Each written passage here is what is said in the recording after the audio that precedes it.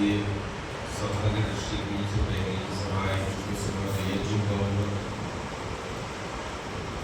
और मैं आज चला तो एक बड़ी गलती कैसे हुई मुझे नहीं पता, लेकिन मैंने समय के अनुमान 4-5 घंटे कर दिया कि 4-5 घंटे में मैं पहुँच जाऊँ, और मुझे आने में लगे 9 घंटे, और 9 घंटे ड्राइव करना, सभा से 150 किलोमीटर की रफ्तार में बहुत थक गया। और इन्होंने मुझे कहा है, मेरे सामने जो ये सूचना पत्री इन्होंने रखी है, इसमें लिखा है कि 11:15 बजे तक मुझे आपका खून पीना है। इस 10:15 बजे इतना तो आज नहीं पी पाऊंगा, लेकिन कोशिश करूंगा क्या अधिक से अधिक पी पाऊँ।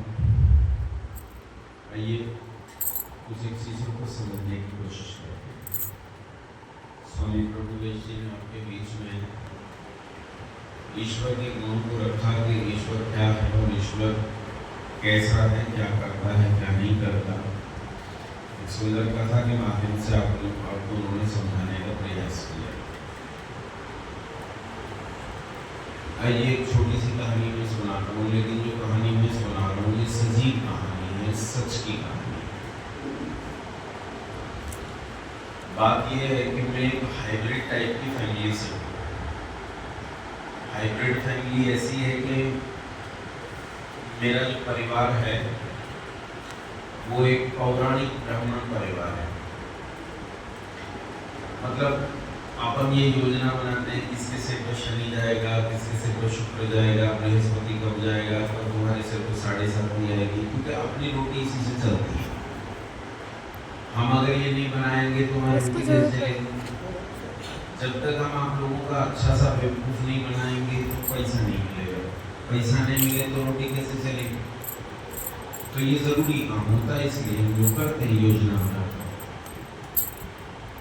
तो ये तो मेरा पवित्र परिवार है, लेकिन इसमें बड़ी गड़बड़ ये हुई कि मेरी माँ जो है वो जिस परिवार से आई वो एक आर्य परिवार, और मेरी माँ जिस आर्य परिवार से आई वो कुलीन है। कुलीन मतलब कुल की परंपरा से पढ़ते चले आए, व्याकरण, वेद, दर्शन, उपनिषद उन्होंने अपने कुल की परंपरा से पढ़ा माने। तो माँ इन सारे शास्त्रों की अच्छी विदुषी थी, और आ गई ऐसे घर में जहाँ शुक्र शनिचर का बोलबाला था। तो ये अजीब परिवार हुआ, लेकिन अभी धमाका नहीं हुआ। धमाका ये है कि इस परिवार में मेरे 3 दादा बड़े जो अच्छे खासे पढ़े लिखे प्रोफेसर वगैरह थे, वो नास्तिक थे, नीले नास्तिक, कामरेड, कम्युनिस्ट, ईश्वर को नहीं मानते। अब 3 बातें होंगी, ध्यान से सुनना। एक तो किसी भी चीज को ईश्वर मान लें, एक तो ऐसे कुछ ही दिखा दो वही ईश्वर। पीपल ईश्वर, नीम ईश्वर, तुलसी ईश्वर, पत्थर ईश्वर, नदी ईश्वर, सूरज ईश्वर, चंद्रमा ईश्वर, सब ईश्वर। एक ऐसे जो ईश्वर को बिल्कुल नहीं मानते, और तीसरी ऐसी आई जो न इनकी मानती है न इनकी मानती है। ऐसे परिवार में हम पैदा हुए। हमारी माँ जब आई तो हमारा जो परिवार है, पौराणिक परिवार, उन्होंने थोड़ा बहुत झगड़ा किया, लेकिन कुछ समय के बाद उन्होंने सरेंडर कर दिया माँ के सामने। लेकिन नास्तिक आसानी से नहीं मानता। नास्तिक क्योंकि तर्कवादी होता है, इसलिए वो तर्क को मानता है और तर्क से बहस करता है। हमारे दादा और माँ के बीच में इस युद्ध को देखते हुए हम पड़े, और इसी युद्ध के बीच में वो कहते ना पेड़ अपने रुख गिरता है, तो हम अपनी माँ की तरफ झुके। वही पढ़ाती थी तो हमें माँ की बातें ज्यादा समीचीन लगती, ज्यादा सम्यक लगती, ज्यादा उत्तम लगती, ज्यादा तार्किक लगती, ज्यादा बौद्धिक लगती। एक दिन हमें अपनी माँ की अलमारी से किताब मिली, हमने पढ़ी, उसमें से एक तर्क मिला, उसी दिन दादा पर अप्लाई कर दिया। मैं बाहर से आया विद्यालय से लौटकर, और मैंने अपने दादा से आते ही कहा, मैंने कहा दादा आज तो कमाल हो गई। बोले क्या हो? मैंने कहा जो शहर में सबसे बड़ा कबाड़ी है, अफजल कबाड़ी, उसकी दुकान में रात 1:30 बजे जोर का धमाका हुआ और 3 किलोमीटर लंबा पानी का जहाज बन गया। दादा बोले पागल है, ऐसे कैसे जहाज बन गया? हमने कहा धमाका हुआ और पानी का जहाज बन गया, फिजिक्स के प्रोफेसर। हमने कहा जोर का धमाका हुआ और 3 किलोमीटर लंबा पानी का जहाज बन गया। दादा बोले मूर्ख, ऐसे कैसे जहाज बन सकता है? मैंने कहा बना, सारे शहर में शोर मचा, अखबारों में छपी है, तुम भी चलकर देखो। दादा बोले तू विद्यालय से सीधा घर आया है कि रास्ते में कहीं भांग वांग लगाई? ऐसे जहाज बना करता है? और मेरी माँ को आवाज लगाकर बोले सुन रही तेरा लड़का पागल हो गया, कहता है धमाका हुआ और 3 किलोमीटर का जहाज बन गया। अब किताब तो माँ की थी, माँ बात समझ गई। माँ आई और आकर बोली दादा ये सही कहता, मैंने भी सुना है कि जहाज बन गया। दादा बोले अच्छा कुएं में भाग है, माँ बेटा सब पागल? अरे मूर्खों, ऐसे कैसे जहाज बन सकता है? माँ बोली क्यों नहीं बन सकता? वहां लोहा सारा पड़ा था, सारी लकड़ी पड़ी थी, सब प्लास्टिक थी, क्रोम था, पेंच थे, नट थे, बोल्ट थे, लोहे की चादरें थी, गर्डर थे, चैनर थे, मोटर थे, इंजन थे। जो जहाज में बनता है वो सारा सामान उसी दुकान में मौजूद था, बस जोर का धमाका हुआ और 3 किलोमीटर लंबा पानी का जहाज बन गया। दादा बोले मूर्खों, सामान तो सब उपलब्ध था, लेकिन जहाज बनेगा कैसे ये जानने वाला वहां कोई उपलब्ध नहीं था। और जब तक जहाज बनाने वाला उपस्थित नहीं हो तब उस सामग्री के होने पर भी जहाज बन नहीं। अरे बनाने वाला तो चाहिए, बिना बनाने वाले के जहाज कैसे बनेगा? तो मेरी माँ बोली दादा 3 किलोमीटर लंबा पानी का जहाज बिना बनाने वाले के नहीं बनेगा। बोले नहीं बनेगा। तो बोले फिर इतना बड़ा ब्रह्मांड बिना बनाने वाले के कैसे बना? और अगर ये बिना बनाने वाले के बना तो जहाज भी बना, और अगर जहाज बिना बनाने वाले के नहीं बन सकता तो ब्रह्मांड भी। फिजिक्स एक थ्योरी देती है जिसे कहते हैं बिग बैंग, क्वांटम फिजिक्स। वो कहते हैं जोर का धमाका हुआ और दुनिया बन गई। पहले कुछ नहीं, अचानक जोर का धमाका हुआ और दुनिया बन गई। ऐसे दुनिया बनी, वो ऐसा मानते हैं। लेकिन सावधानी से सोचो और समझने का प्रयत्न करो। ये छोटा सा कागज है ना, ये भी बिना बनाए नहीं बनता, इसका भी कोई ना कोई बनाने वाला। अच्छा, आपने इस कागज के बनाने वाले को नहीं देखा, लेकिन फिर भी मानते हो कि इस कागज का कोई ना कोई बनाने वाला है। इस माइक का कोई ना कोई बनाने वाला बोल पड़ो है। बिना बनाए माइक, पंखा, तुमने देखा इस पंखे को बनाए जाते हुए? तुमने देखा कौन बना रहा था इस पंखे को? नहीं देखा, लेकिन फिर भी मानते हो कि इस पंखे को किसी न किसी ने बनाया। क्यों मानते हो? जानते हो क्यों मानते हो? इस पंखे में एक निश्चित व्यवस्था है। इस कागज को जब बनाया गया तो एक निश्चित व्यवस्था के साथ बनाया गया। इस माइक को जब बनाया गया तो एक निश्चित व्यवस्था के साथ बनाया गया। ये बाजा एक निश्चित व्यवस्था से बना है।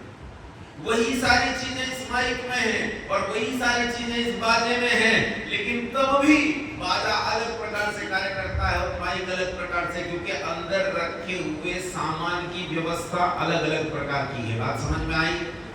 और इस व्यवस्था को किस क्रम में संजोया जाए, इसे जानने वाला कोई चेतन होना चाहिए। बिना चेतना के इसे जानेगा कौन? नहीं जानेगा तो बनेगा कैसे? बात समझ में आई कि नहीं है? दुनिया में व्यवस्था जितनी ज्यादा जटिल होती है, पहले एक सिद्धांत पल्ले गांठ बांधो। पहला सिद्धांत पल्ले गांठ बांधो, संसार में कोई व्यवस्था बिना व्यवस्थापक के नहीं आती। ये बात समझ में आई कि नहीं है? संसार में कोई व्यवस्था बिना व्यवस्थापक के नहीं आती। ये गलत तो नहीं कह रहा मैं? दूसरा, व्यवस्थाएं बुद्धि से बनती हैं। किससे बनती हैं?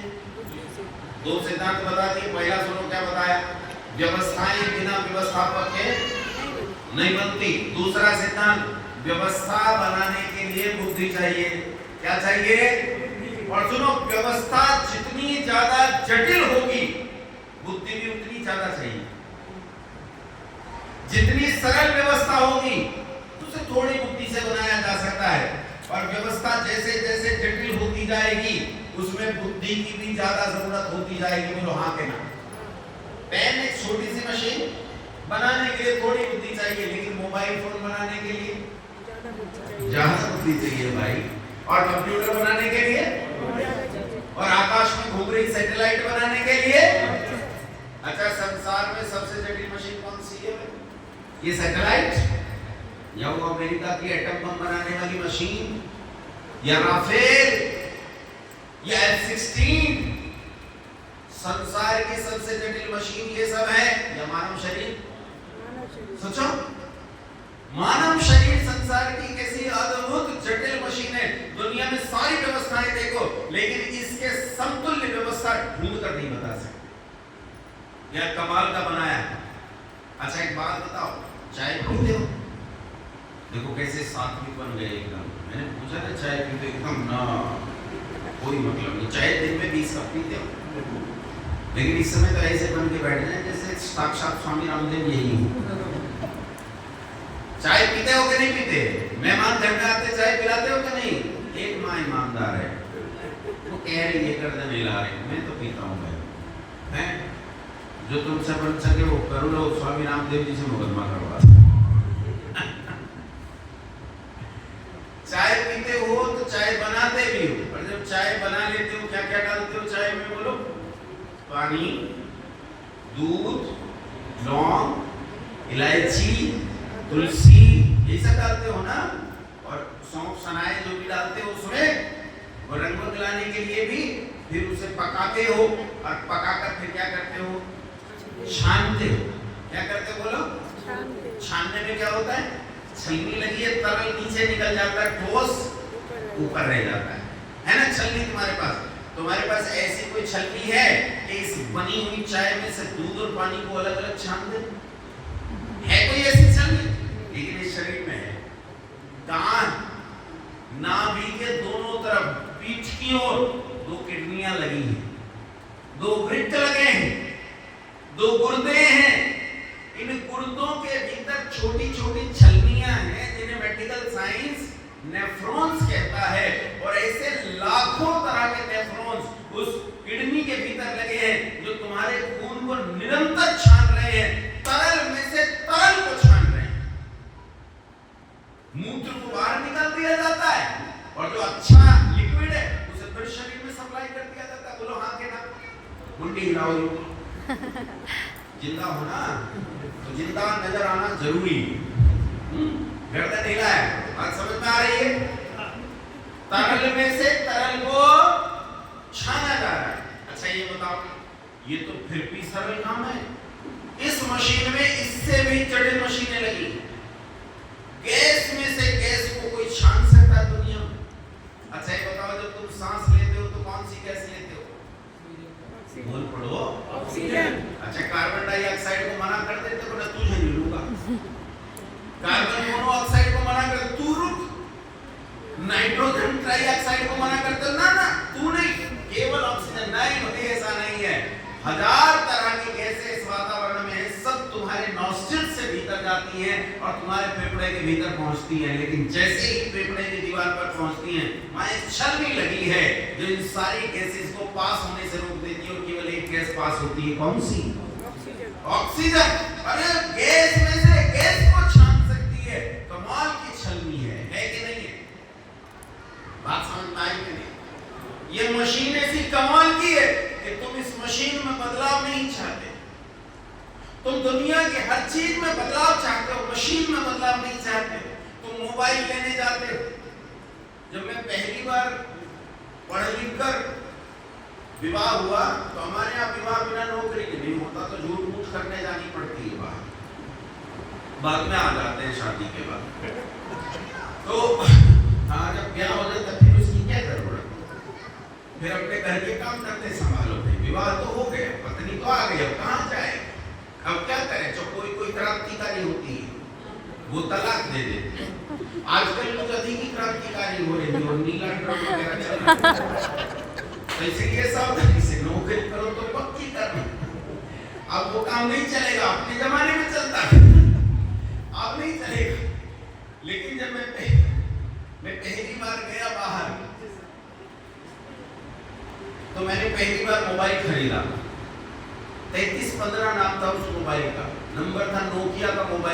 मोटा सा मोबाइल होता था, गधा बोलते थे। पानी में छूट जाए कुछ नहीं बिगड़ेगा उसका, टब में गिर जाए कुछ नहीं बिगड़ेगा, कुछ था ही नहीं बिगड़ेगा क्या। वो ऐसा मोबाइल, बटन वाले पे मोबाइल अपडेट होने लगे। फिर एक ऐसा आया जिसमें भीतर टच पैड होता था, फिर एक टच स्टिक आई, फिर ऐसे मोबाइल आने लगे जो पेन से चलते थे, पेन से उन पर टच किया जाता था। और अब तो भैया कैसे आ गए, अब तो तुम मुंह से बोलते हो लिख देता है, ऐसे आ गए कि नहीं मोबाइल। अच्छा, अब जब तुम दुकान पर जाते हो मोबाइल खरीदने और दुकानदार तुम्हें वो सबसे पहले वाला मोबाइल दे दे। जब मैं पढ़ता था तो पढ़ते समय जब मैं कॉलेज में था तो एक बार जहाँ हम कमरे में रहते थे उसके पीछे कुछ कूड़े का ढेर पड़ा था। उस कूड़े के ढेर में से हमें अजीब सी आवाज आई, जाकर देखा तो वहाँ मोटोरोला का मोबाइल था। हमें पहचान में नहीं आया ये क्या है, क्योंकि उस समय मोबाइल होते ही नहीं थे। सुनने के 1 मिनट के 9 रुपए लगते थे और करने के भी 9 रुपए लगते थे 1 मिनट के। वो इतना बड़ा मोबाइल, फिर उसमें से एंटीना निकलता था, मोटोरोला का मोबाइल होता। और वो सामान था, हमने सोचा पता नहीं क्या रेडियो सी है, ये न जाने क्या है। फिर हम एक समझदार था, उसने कहा ये मोबाइल होता है। हमने कहा ये क्या है, बोले तुम्हारे घरों में जो तार वाला फोन है ये बिना तार का फोन है। अच्छा, तुम्हें आज कोई वो मोबाइल ला कर दे, तुम दुकान पर खरीदने जाओ और वो भैया 10,000 का एक मोबाइल दे और वो वाला दे दे, तुम खरीदो? कोई खरीदे? क्या कहोगे, अरे ये नहीं चाहिए, नए मॉडल का दिखा। कैसा मोबाइल चाहिए बोलो? नए मॉडल। अच्छा, नया मॉडल भी 6 महीने बाद फिर तुम्हें कैसा चाहिए? अब और नए मॉडल का। कार खरीदने जाते हो तो कैसे मॉडल की? नए मॉडल की। पंखा खरीदने जाते हो तो नए मॉडल का। लेकिन ये जो ये मशीन है, क्या आज तक किसी ने ये कहा कि भगवान बोर हो गए, एक ही मॉडल करोड़ों साल से, अब की बार नए मॉडल का बच्चा गया, एक दंत दयावंत 4 हो जाता है हैं? इस बार मॉडल बदल, ये 2 हाथ यार, ये दुनिया भर में मुझे नहीं चाहिए नया मॉडल। कोई चाहता है? कोई चाहता है? अच्छा, कई बदलाव तो शरीर में ऐसे हो सकते हैं जो लाभकारी हो सकते हैं। मेरी बेटी टीवी देखकर आई, दौड़कर मुझसे कहती है पिताजी टीवी में देखो एक बूढ़े के 3 सिर हैं। मैंने कहा बेटा वो ब्रह्मा है, उसके 3 नहीं 4 सिर पीछे वो तुझे दिखाई नहीं दे रहा। तो बोली पिताजी बेचारा सोता किस करवट होगा, एक वो तो दबा ही रहेगा, किसी करवट सो ले। तो मैंने कहा तुझे बड़ी चिंता हुई? बोले चिंता तो इससे आगे की। मैंने कहा क्या? बोले पिताजी सर्दी में जुकाम हो जाता है, नाक पहुंचते पहुंचते परेशान हो जाती है, किधर किधर पहुंचेगा, 4 नाक है, कोई ना कोई तो बह ही जाएगी इसकी, बचेगा ही नहीं। मैंने कहा तुझे बड़ी समस्या? बोले समस्या इसे है, मुझे क्यों, मैं तो ठीक। सब जानते हैं अगर तुम्हारे घर में 4 सिर वाला बच्चा पैदा हो जाए तो बोलो स्वस्थ के विकलांग, बोल पढ़ो। 8 हाथ वाली लड़की पैदा हो जाए अष्टभुजा, स्वस्थ के विकलांग, वो विकलांग होगी भाई, वो स्वस्थ नहीं। इस मॉडल में कोई ऑपरेशन नहीं चाहता, चाहता है कोई लाभकारी परिवर्तन। देखो एक तो मैं बता सकता हूँ, पूंछ होती तो कितना आनंद होता। पूंछ लाभ की चीज थी, तुम दोनों हाथों से भोजन कर रहे हो, पूंछ से मक्खियां उड़ा रहे हो, काम आती तुम्हें, बस के पीछे भाग रहे हो, हाथ में नहीं आई, पूंछ से पकड़ ली। कितने सारे काम होते पूंछ के, हैं? कई बार बच्चे रसगुल्ले उठाते हैं, लड्डू उठाते हैं, 2 हाथ होते हैं उतने उठा पाते हैं, तो 4 पूंछ में भी लपेट लेते हैं, ये काम की। अच्छा, पुरुषों के कितने काम आती नहीं पता, स्त्रियों के तो बहुत काम आते। कोई उस पर जूड़ा बनाती, कोई चोटी बनाती, अलग से टेल ब्यूटिशियन कोर्स चल पड़ते, अलग अलग तरह के कोर्स चलते।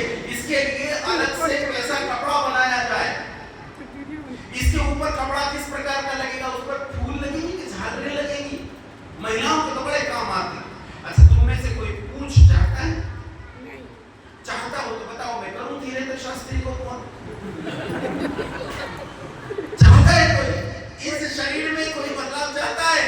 सब जानते हैं इससे बेहतरीन मॉडल नहीं बन सकता, ये सर्वोत्तम मॉडल है, इससे बढ़िया मॉडल संसार में दूसरा कोई नहीं है। और मैंने तुम्हें एक बात समझाई थी अभी कि व्यवस्थाएं बुद्धि से आती हैं और जितनी जटिल व्यवस्था होगी बुद्धि भी उतनी ज्यादा चाहिए। ये दुनिया की सबसे जटिल मशीन है, इसका मतलब इसे सबसे अधिक बुद्धि से बनाया गया है। बोलो हाँ के ना? हाँ। ऐसा है कि नहीं? सबसे ज्यादा बुद्धि से इसे बनाया गया, तभी तो इतनी जटिल है कि इसमें अपडेशन की कोई गुंजाइश नहीं। दुनिया अपडेट होती है, अपडेट नहीं होता, कोई अपडेशन चाहता भी नहीं। ये दुनिया में सबसे ज्यादा बुद्धि से बनाई गई है। किसने बनाई? ये मशीन किसने बनाई? माँ ने? क्योंकि तुमने बनाई होगी। तुम्हारे घर में तुम्हारे अपने 8-8, 10-10 बच्चे तो होंगे। अच्छा नहीं, तुम तो हिंदू हो ना, तुम तो महापुरुष लोग, तुम्हारे 8-10 बच्चे में मेरे पाप लगेगा, मैंने कह दिया है। पूरे जहन्नुम में जाऊंगा कि मैंने हिंदुओं को ये कह दिया कि तुम्हारे 8-10 बच्चे हो जाए। हिंदू अपनी बात बदलता रहता है। मैं छोटा था, मैं एक किसान परिवार से हूँ, तो खाद के कट्टों पर मुहर लगी आती थी, कहते थे 3 या 4 बच्चे घर में लगे। अच्छा, फिर मैं कुछ बड़ा सा हुआ तो इन्होंने अपना नारा बदल दिया, कहने लगे हम 2 हमारे। फिर मैं और बड़ा हुआ तो उन्होंने फिर नारा बदल दिया, कहने लगे शेर का बच्चा एक ही अच्छा। अब जब इस उम्र में हूँ तो मेरे गुरुकुल के बाहर से ट्रैक्टर ट्रॉली जा रहा था गन्ने का, उस ट्रॉली के पीछे लिखा था बच्चा ना बच्ची नींद आए। तुम्हें किसी दुश्मन की कोई जरूरत नहीं, तुम खुद ही मर जाने वाले। बच्चे ही नहीं होंगे तो 2 पीढ़ी में समाप्त। अरे सोचो कि तुम 20 लोग हो और 20 लोगों में भाई सारे 10 पुरुष हैं, 10 स्त्रियां, तभी तो 20 हुए। और तुम्हारे 10 जोड़े यानी 20 लोग। इन 20 लोगों के घर में केवल एक बच्चा हो, एक जोड़े के घर में एक बच्चा हो, तो अगली पीढ़ी में कितने पैदा होंगे? 20 से 20 ने मिलाकर कितने पैदा किए? 10। और फिर ये 10 मिलाकर आगे पैदा करेंगे तो कितने होंगे? और फिर 5 पैदा करेंगे तो 2.5, और फिर 2.5 पैदा करेंगे तो 1.25, और 1.25 पैदा करेगा ही नहीं, काम खत्म। तुम्हारा तो भैया अपने आप ही नाश होने वाला है। तुम्हें तुम्हारे चक्कर में क्यों घुसो? अपन परमात्मा की बात करते हैं। एक 2 बच्चे तो होंगे तुम्हारे घर में, है कि नहीं है?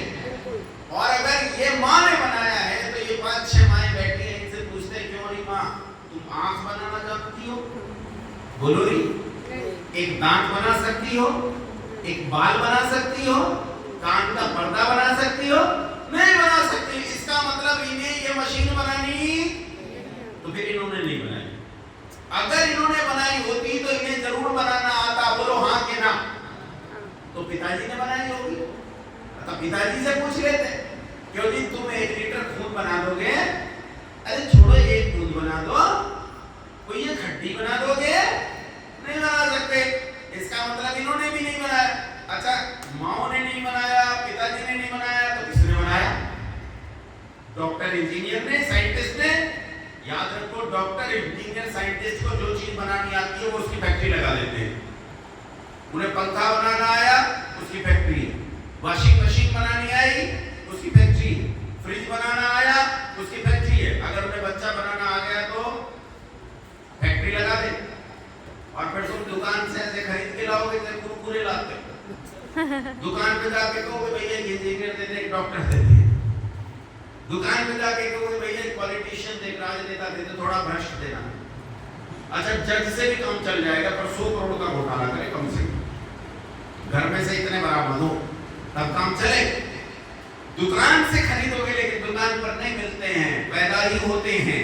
एक ही तरीका है बनने का। इसका मतलब दुनिया में किसी ने इस मशीन को नहीं बनाया, लेकिन बिना बनाने वाले की बनेगी नहीं। किसी ना किसी ने तो किसने बनाया हमें नहीं पता, लेकिन ये बात पक्की है जिसने बनाया वो दुनिया के सारे लोगों से ज्यादा बुद्धिमान है।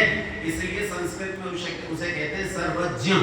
क्या कहते हैं? बोलो सर्वज्ञ कह लो, तुम्हारी मर्जी, लेकिन शब्द तो ज्ञ है, इसलिए सर्वज्ञ कहना चाहिए। तो वो कैसा है? बोलो सर्वज्ञ, सबसे ज्यादा बुद्धिमान। कोई वस्तु ऐसी नहीं जिसकी व्यवस्था, जिसका प्रबंधन, जिसका मैनेजमेंट इसकी बुद्धि के बाहर हो। सब कुछ इसकी बुद्धि के भीतर है, इसलिए इसे कहते हैं सर्वज्ञ। क्या कहते हैं? बोलो इसे सर्वज्ञ। अच्छा, मैं एक बात मैं बताऊंगा, दूसरी तुम बताना। ये बताओ, ये माई चेतन है कि जड़ है? बोलो जड़ है।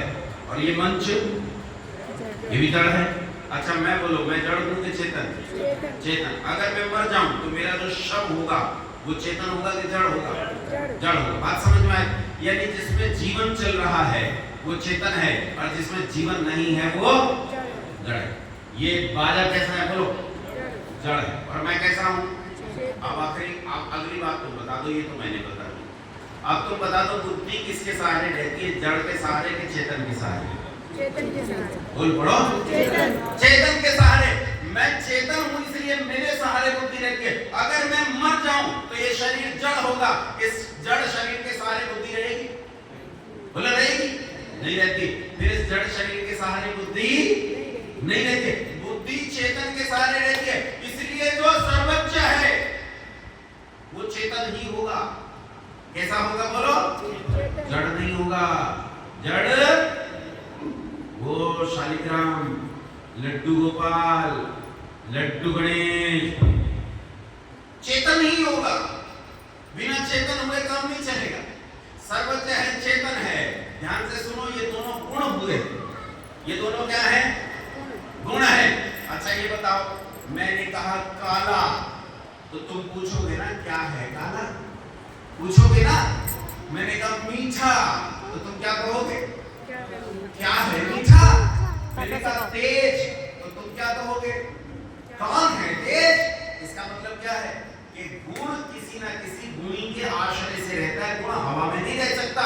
गुण को रहने के लिए आश्रय चाहिए, गुणी चाहिए। और जिसके हम दो गुण सिद्ध कर चुके हैं, इससे पता चलता है कि वो गुणी मौजूद है, क्योंकि बिना गुणी के गुण रह नहीं सकते। दो गुण सिद्ध कर चुके हैं हम। सर्वोच्च है, चेतन है। अगर दो गुण हैं तो गुण किसमें? किसी सत्ता में है, और जिसकी सत्ता है उसे सत कहते हैं। क्या कहते हैं उसे? बोलो। सत कहते हैं। ताकत देख लीजिए, ताकत है कि नहीं है इसमें? इसके लिए छोटा सा सिद्धांत समझेंगे फिजिक्स का। जिन्होंने पढ़ रखी है उनके लिए आसानी, जिन्होंने नहीं पढ़ रखी वो भी आसानी है, मुश्किल काम नहीं है। फिजिक्स का एक सिद्धांत है लॉज ऑफ मूवमेंट का, गति के नियमों का। न्यूटन के नियम कहलाते हैं। ये वस्तु मेरे हाथ पर रखी है, ध्यान से देखो। ये वस्तु तब तक नहीं चलेगी, गति में नहीं आएगी जब तक मैं इस पर बाहर से बल न लगाऊं। गति में कब आएगी? जब मैं इस पर बाहर से बल। दो प्रकार का, ध्यान से सुनो। एक बल इस वस्तु के द्रव्यमान से कम और एक बल वस्तु के द्रव्यमान से ज्यादा। अगर मैं इस पर बल वस्तु के द्रव्यमान से कम लगाऊंगा तो गति तो आएगी लेकिन दिखाई नहीं देगी। गति तो आएगी लेकिन दिखाई। लेकिन अगर बल मैंने इस वस्तु के द्रव्यमान से ज्यादा लगाया तो बोलो गति दिखाई देगी कि नहीं? हाँ बोलो। अच्छा बताओ, मेरा बल इस बाजे के द्रव्यमान से ज्यादा है कि नहीं है? तो इसमें गति ला सकता हूं कि नहीं? हिलाओ, ला सकता हूं ना? इसे गतिमान कर सकता हूं? कर सकता हूं। कुर्सी को गतिमान कर सकता हूं? कर सकता। अच्छा इस पिलर को गतिमान कर सकता हूं?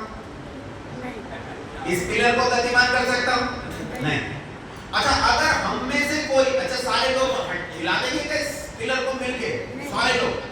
अच्छा हम में से कोई एक आदमी इस पिलर को यहां से हटाकर 4 फुट पहले तक खिसका दे तो बोलो बहुत ताकतवर हुआ कि नहीं हुआ?